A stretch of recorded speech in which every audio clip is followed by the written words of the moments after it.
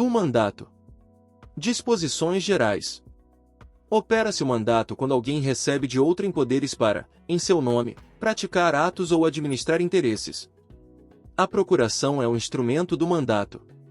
Todas as pessoas capazes são aptas para dar procuração mediante instrumento particular, que valerá desde que tenha a assinatura do outorgante. O instrumento particular deve conter a indicação do lugar onde foi passado, a qualificação do outorgante e do outorgado, a data e o objetivo da outorga com a designação e a extensão dos poderes conferidos. O terceiro com quem o mandatário tratar poderá exigir que a procuração traga a firma reconhecida. Ainda quando se outorgue mandato por instrumento público, pode subestabelecer-se mediante instrumento particular. O mandato pode ser expresso ou tácito, verbal ou escrito. A outorga do mandato está sujeita à forma exigida por lei para o ato a ser praticado. Não se admite mandato verbal quando o ato deva ser celebrado por escrito.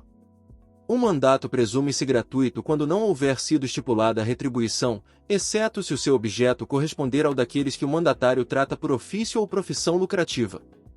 Se o mandato for oneroso, caberá ao mandatário a retribuição prevista em lei ou no contrato.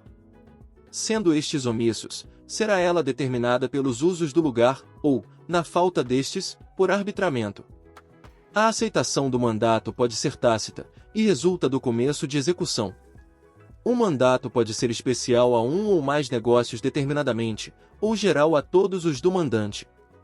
O mandato em termos gerais só confere poderes de administração.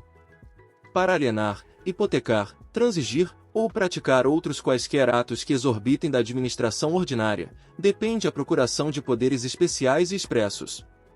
O poder de transigir não importa o de firmar compromisso. Os atos praticados por quem não tenha mandato, ou tenha sem poderes suficientes, são ineficazes em relação àquele em cujo nome foram praticados, salvo se este os ratificar. A ratificação há de ser expressa, ou resultar de ato inequívoco, e retroagirá a data do ato. Sempre que o mandatário estipular negócios expressamente em nome do mandante, será este o único responsável, ficará, porém, o mandatário pessoalmente obrigado, se agir no seu próprio nome, ainda que o negócio seja de conta do mandante. O mandatário tem o direito de reter, do objeto da operação que lhe foi cometida, quanto baste para pagamento de tudo que lhe for devido em consequência do mandato. O mandatário que exceder os poderes do mandato, ou proceder contra eles, será considerado mero gestor de negócios, enquanto o mandante lhe não ratificar os atos. O maior de 16 e menor de 18 anos não emancipado pode ser mandatário, mas o mandante não tem ação contra ele senão de conformidade com as regras gerais, aplicáveis às obrigações contraídas por menores. Das obrigações do mandatário. O mandatário é obrigado a aplicar toda a sua diligência habitual na execução do mandato, e a indenizar qualquer prejuízo causado por culpa sua ou daquele a quem subestabelecer, sem autorização, poderes que devia exercer pessoalmente. Se, não obstante proibição do mandante, o mandatário se fizer substituir na execução do mandato, responderá ao seu constituinte pelos prejuízos ocorridos sob a gerência do substituto, embora provenientes de caso fortuito, salvo provando que o caso teria sobrevindo, ainda que não tivesse havido subestabelecimento. Havendo poderes de subestabelecer, só serão imputáveis ao mandatário os danos causados pelo subestabelecido, se tiver agido com culpa na escolha deste ou nas instruções dadas a ele. Se a proibição de subestabelecer constar da procuração, os atos praticados pelo subestabelecido não obrigam o mandante, salvo ratificação expressa, que retroagirá a data do ato. Sendo omissa a procuração quanto ao subestabelecimento, o procurador será responsável se o subestabelecido proceder culposamente.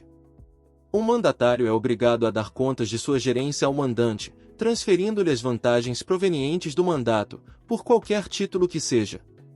O mandatário não pode compensar os prejuízos a que deu causa com os proveitos que, por outro lado, tenha granjeado ao seu constituinte. Pelas somas que devia entregar ao mandante ou recebeu para despesa, mas empregou em proveito seu, pagará o mandatário juros, desde o momento em que abusou. Se o mandatário, tendo fundos ou crédito do mandante, comprar, em nome próprio, algo que devera comprar para o mandante, por ter sido expressamente designado no mandato, terá este ação para obrigá-lo à entrega da coisa comprada. Sendo dois ou mais os mandatários nomeados no mesmo instrumento, qualquer deles poderá exercer os poderes outorgados, se não forem expressamente declarados conjuntos, nem especificamente designados para atos diferentes, ou subordinados a atos sucessivos. Se os mandatários forem declarados conjuntos, não terá eficácia o ato praticado sem interferência de todos, salvo havendo ratificação, que retroagirá a data do ato. O terceiro que, depois de conhecer os poderes do mandatário, com ele celebrar negócio jurídico exorbitante do mandato, não tem ação contra o mandatário, salvo se este lhe prometeu ratificação do mandante ou se responsabilizou pessoalmente. Embora ciente da morte, interdição ou mudança de estado do mandante, deve o mandatário concluir o negócio já começado, se houver perigo na demora.